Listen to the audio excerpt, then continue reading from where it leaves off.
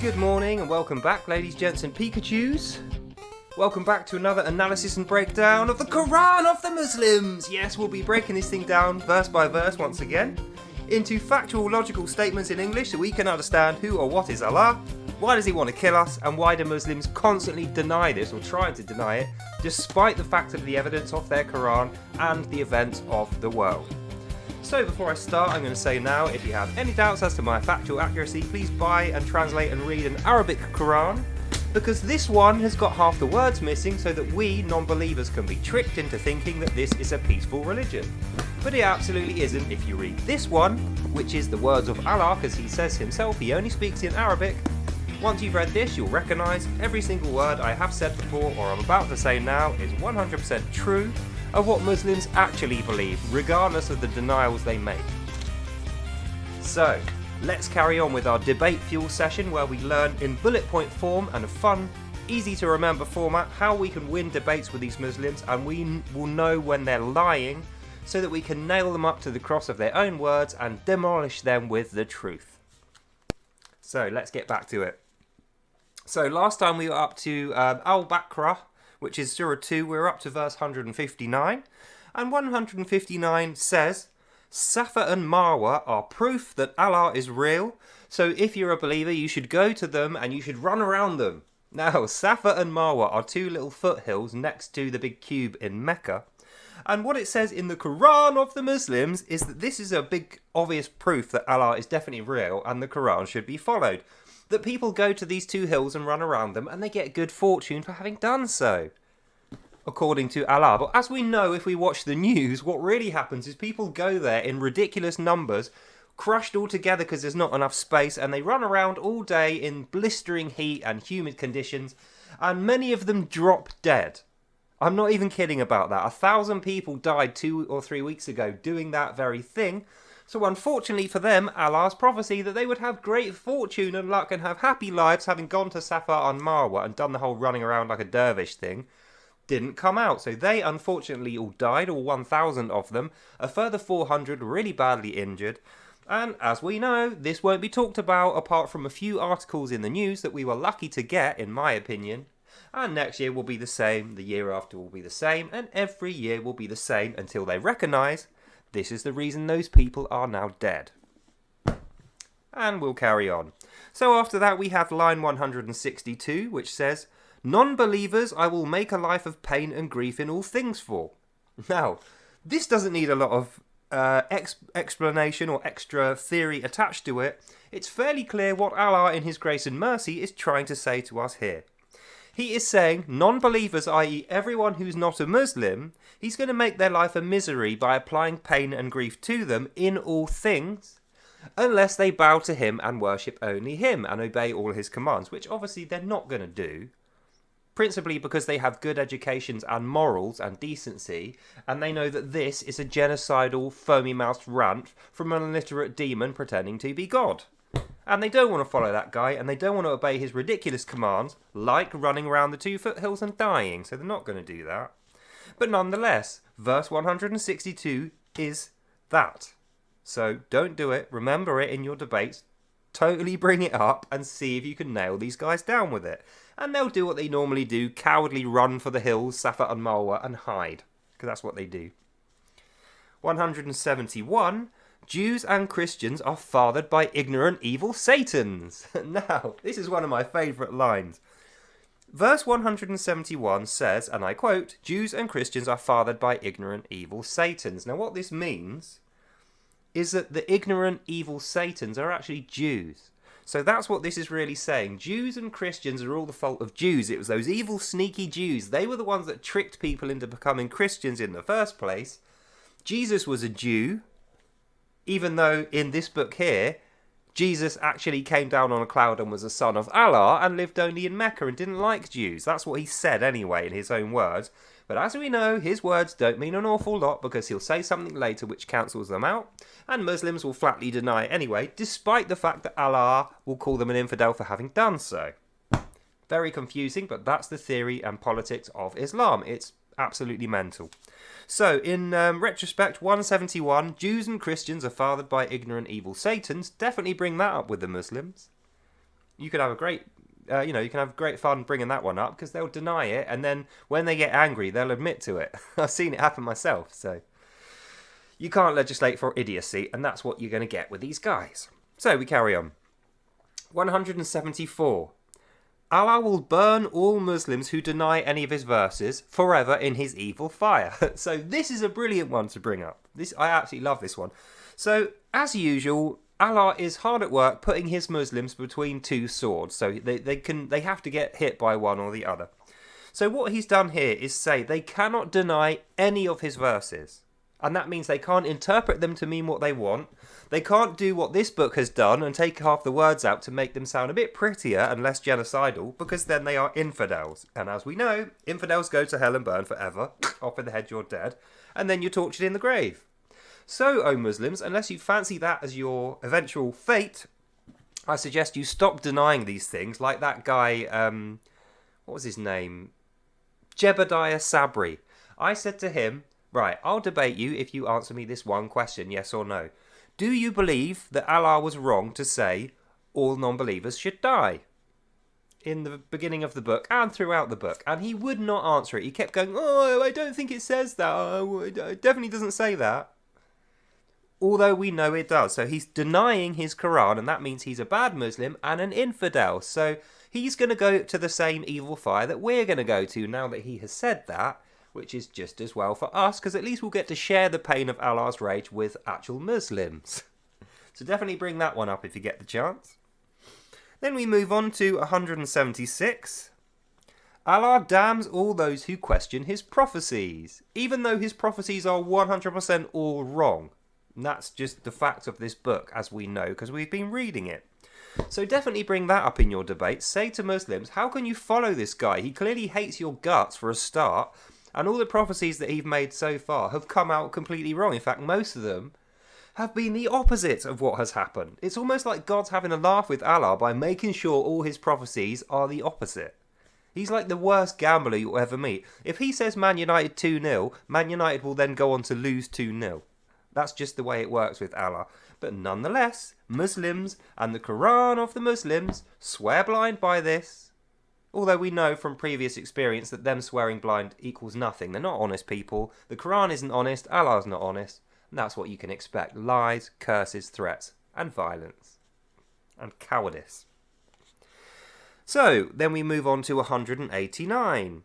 Oh no, we'll do 177 first. All laws and culture from other nations are evil and sinful apart from Islam. So, the first question I'd have is, okay then, Mr. Muslim, why did you move here? If our laws are so sinful, if our culture is so disgusting and our nations are so evil, why are you here? Oh, that's right, yeah, Allah told you to come here, pose as a friendly party while you're waging your secret jihad and trying to take over our country. But now that we've spotted you doing that, I think it's fair enough that we question you. And that you try and give us honest answers when you can, because we've got your little guidebook here, we know. We just want to see if you can tell the truth or not. And so far, you cannot tell the truth. So we're going to ask you these questions in our debates.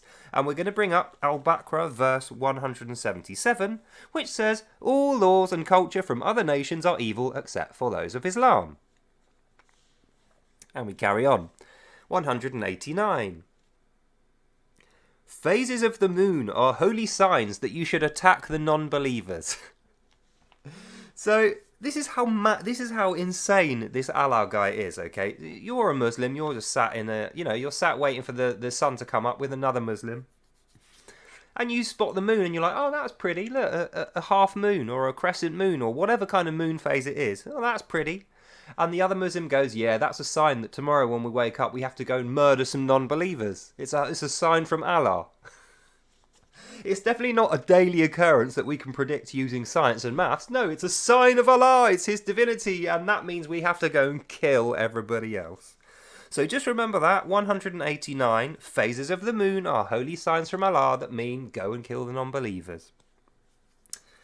If you believe Allah, which I don't. 190. Oh, this is one of my favourite ones. Kill all the non-believers, destroy their homes, chase them out, and don't let them escape. Now, the guy Jebediah Sabri, whatever his name was, he wanted to know, what exact verse is it that I was referring to when I said Allah tells him to kill all non-believers? Well, here's another one. Let's read it again, shall we? Kill all the non-believers, destroy their homes, chase them out and kill them and don't let them escape. So Allah already knows when he's writing this that you're here in our country, because you wouldn't be able to chase us from our homes if we had come to your country. So not only is Allah telling you to kill all the non-believers, he sent you to the non-believers' countries in order to do this, i.e., it's the holy jihad, the end times genocidal prophecy, which you claimed wasn't a thing. Now we know. And we know because the verse 190 is, kill all the non-believers, destroy their homes and chase them out of their homes and don't let them get away. Seriously, you couldn't... Allah, come here a minute. Allah, I don't know whether you notice. You're putting your Muslims in a very difficult position. Don't you feel bad about this at all? No, I don't know why I expected you would. Anyway, I'll catch up with you later. We'll have words about this later. So Allah tells me he doesn't feel bad at all about putting his Muslims between two brick walls and a sword. It's just par for the course of the crazy genocidal fake religion which is Islam. And we carry on. 192. Oh, this is another good one. Al-Baqarah 192. Fight them until their religions are totally wiped out. I repeat, fight them until their religions are totally wiped out. Now, this sounds very much like religious-based genocide to me or anyone else with 2 brain cells spare knocking around inside their head. But to a Muslim, this sounds like righteous, regular, decent person's behaviour, which is another reason we know the Quran of the Muslims is not something decent people should ever pick up and read or follow, unless they're doing what I'm doing and reading it so that they can tell other people in the non-believer countries, don't trust these guys because they want to kill you, even though they deny it. 198. Stealing from non-believers is required when on your pilgrimages. Required. So it's a crime if you don't do it. That's Sharia.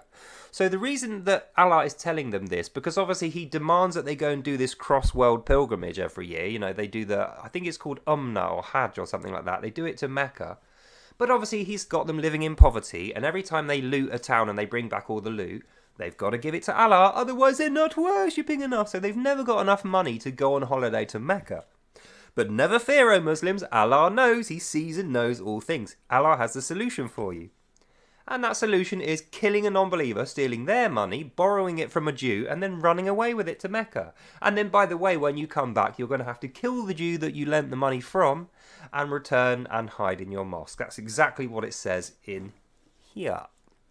So once again, more conclusive proof that you can double check if you want from one of these, that Allah is demanding, as we already know, that his Muslims commit genocide, theft, murder, and they just have no respect for anyone else's culture because they think everyone else's laws and culture are evil, except this one, which they presumably think is lovely and kindly, and brainwashy and genocidey, which is what we think.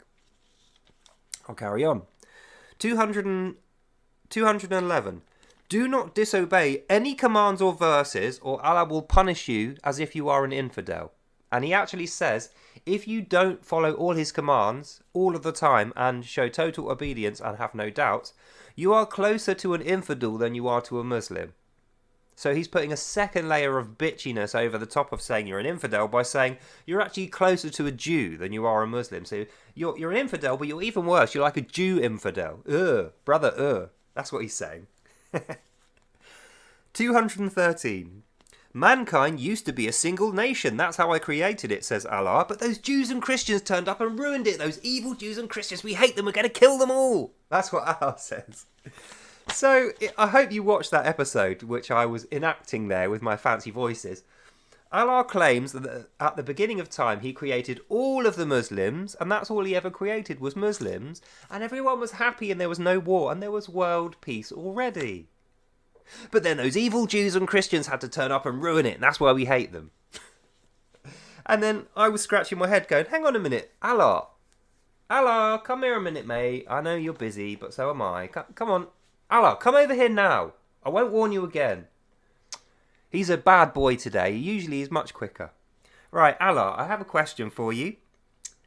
When you say that you have created the world as a one nation with only Muslims in it, and everyone was happy. Remember saying that? Yeah, before you did the Quran bit, yeah? If that's true, and then those evil Jews and Christians ruined it, didn't they? Yep, those bastards, they ruined it, didn't they? Yeah, you get angry, he's trembling with anger now.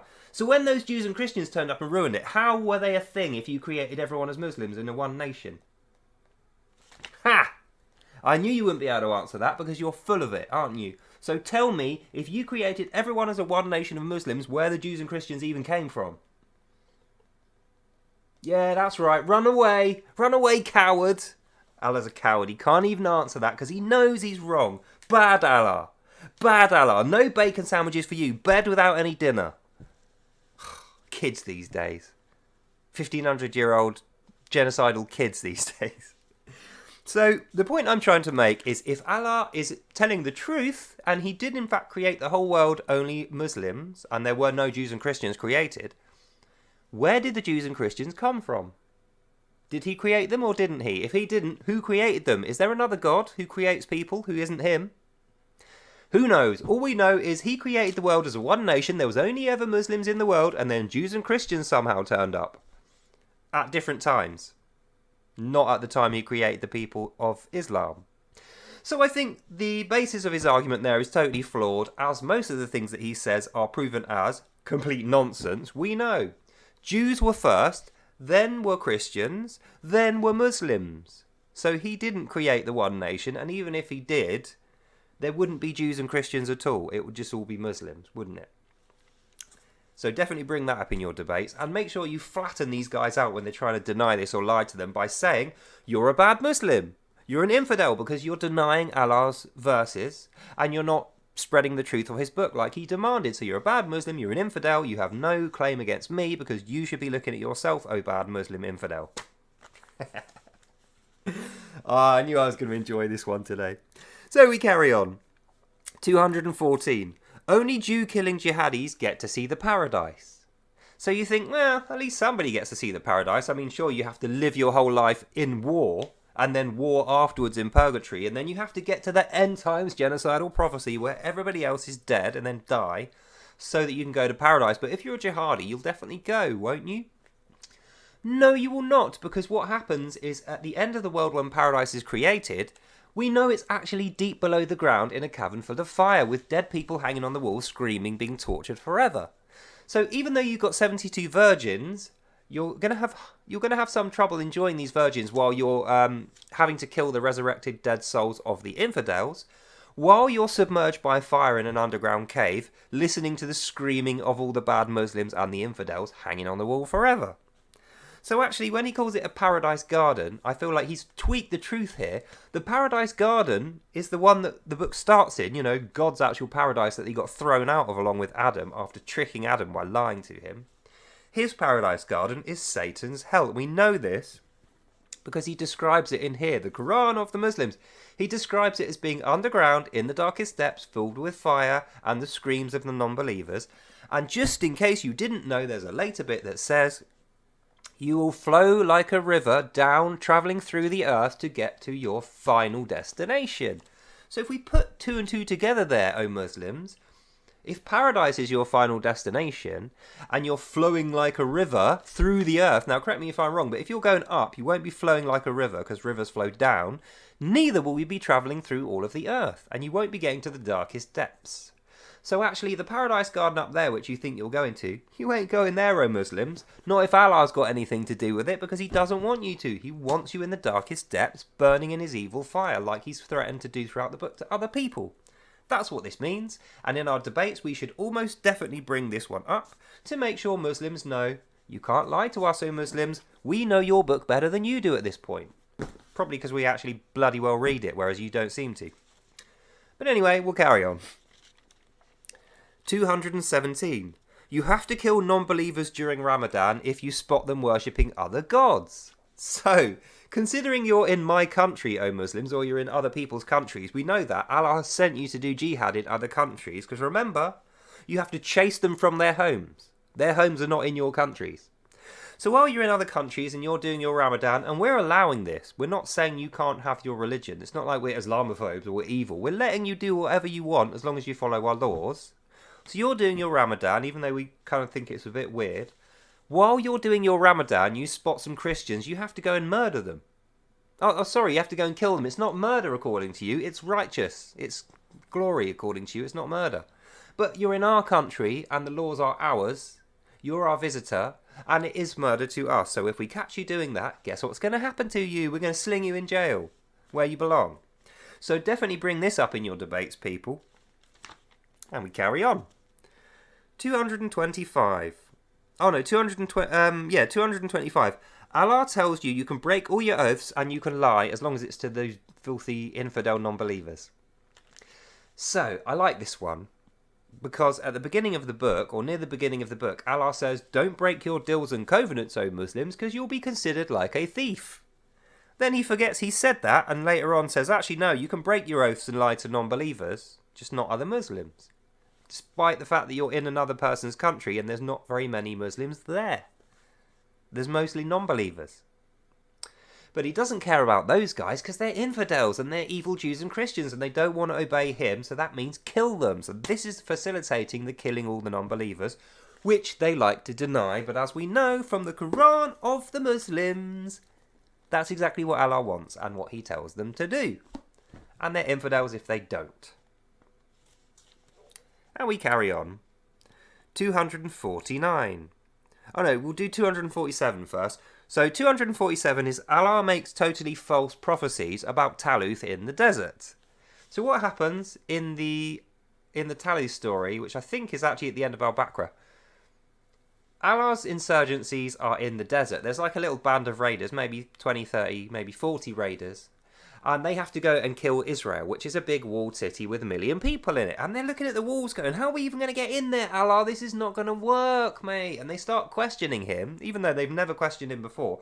Such is the preposterous task that he has set forth for them, i.e., you 30 guys, you desert raiders with the worst weapons ever. You're not even allowed to take a drink from this fountain, by the way, O Muslims. Otherwise, you fail the faith test, which, by the way, they do. So half of them leave and they fail the faith test. But the remaining few are told, right, go and invade Israel now, kill Israel. And the Muslims are like, Allah, how's this going to work? Like, are you sure that we're not just going to get murdered here? And Allah goes, yes, everyone who I want to win battles, who worships only me, wins all their battles, because I will all the defeats and the victories in all the battles. And to prove this to you, O Muslims, I've got this magical relic called the Ark of the Covenant. You remember that?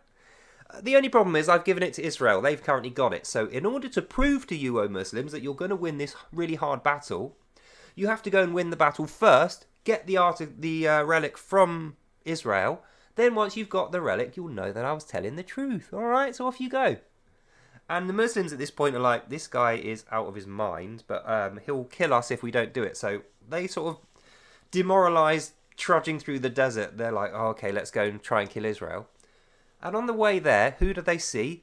Goliath, the horrible, huge, mythical beast of Goliath and his massive armies. You know, big chainmail guy with a big sword that's like 10 times the size of a human. He's there, and he's facing out, as if he's defending Israel. So not only have they got to kill Israel, beat the big wall down, kill 1 million people, now they've got to kill this Goliath guy. And the Muslims are going, we can't kill this guy, Allah. We're not even going to bother, because we definitely won't be able to kill him. And Allah goes, but I've prophesied you and your leader Taluth will be the ones to kill Goliath. So off you go.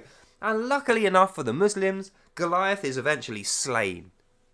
Although in Allah's own word, in the Quran of the Muslims, it isn't Taluth and the insurgents that kill him. It's David, the king of Israel, who doesn't worship Allah and fucking hates Allah and worships this guy. He kills Goliath, this David chap. Then he goes back into Israel, and they don't get invaded. So the Ark of the Covenant isn't recovered. Goliath isn't killed by Taluth and his insurgencies, and they don't invade Israel. They just go home empty-handed, having scraped by and not being killed. Which leads us very nicely into the next bit, which is Allah makes totally false prophecies. 247, verse 247. Allah makes totally false prophecies. Like we just saw, the Taluth killing Goliath, getting into Israel, getting the Ark of the Covenant thing. None of that happened. But then Allah, in his grace and mercy and wisdom, nothing to see here, completely ends that bit, goes on to the next, and starts the next verse by going, "Behold, O Muslims," and talking about something else. So definitely bring this up. If Muslims want to talk about their prophecies of Allah and how he's such an honest and wise guy, say, excuse me, O Muslims, Al-Baqarah 240 to 250, we have the Taluth story. Allah makes 3 distinct prophecies, gets all of them wrong, and at the end his guys flee after having failed a faith test, and then we don't even get to talk about that. Allah's like, nothing to see here, behold, and starts talking about something else, so let's go back and talk about that.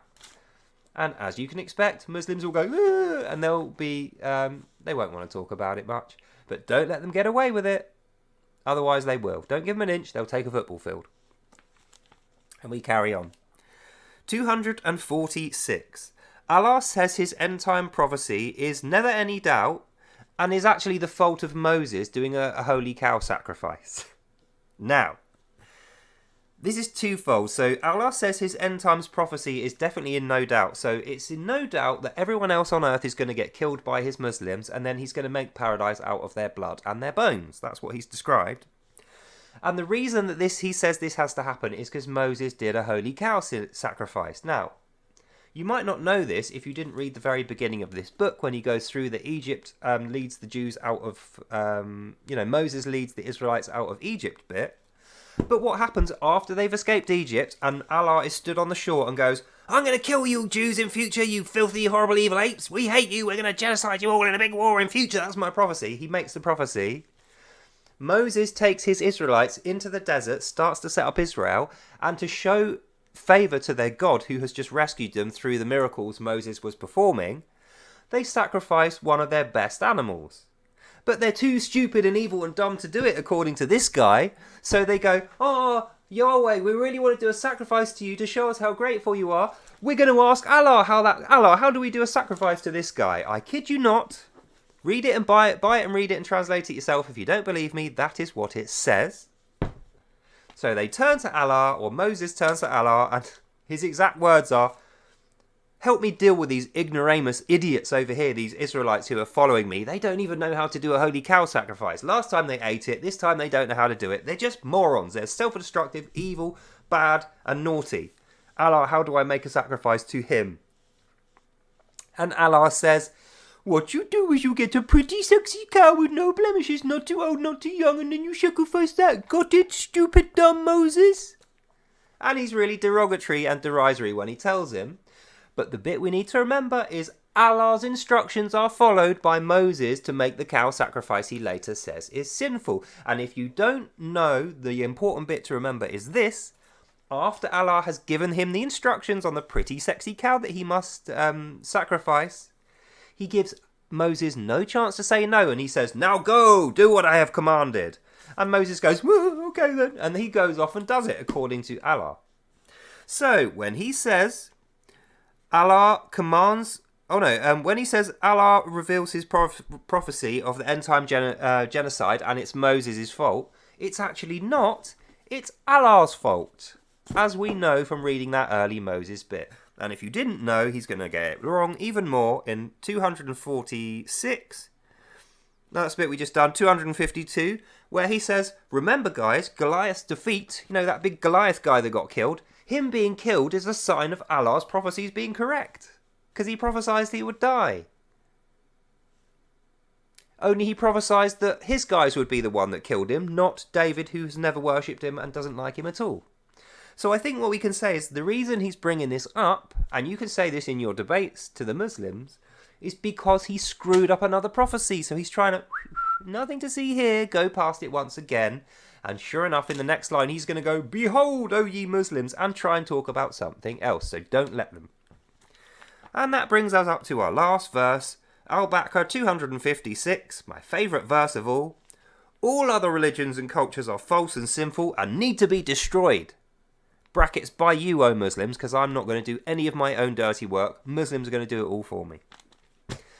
So I think that needs no explanation, but it just adds to the mound of evidence that we've got over the last 256 verses of Al-Baqarah plus the first page of Al-Fatiha that conclusively tells us that Allah is a genocidal, murdering, racist, maniac demon. And the reason why we always get into arguments with the Muslims and they call us things like Islamophobes when they're the ones that want to kill us and be racist against us is because Allah has put them between a rock and a hard place. They cannot be honest or they'll be condemned by the things that they say. So they defy him and deny his verses, i.e. they become infidels in the eyes of him, which means they'll be dragged down to the darkest depths and killed. If you believe in him at all, which we do not. So, that's the end of this video. Hope you enjoyed that and you learnt something. We'll be back later on at 4:15 with more Without Lies, Islam Dies Debate Fuel, where we'll go through the next book. Until then, have a lovely day, God bless you all, and I'll see you in the next one. Bye now. And that's the end of this video, but fear not, we'll be back at 4:15 this afternoon with more debate fuel for our Muslim debaters, the master debaters. So if you want to meet me back then, that would be cool. Until then, have a great day, God bless you all, and I'll see you in the next one. Bye now. Bye bye bye.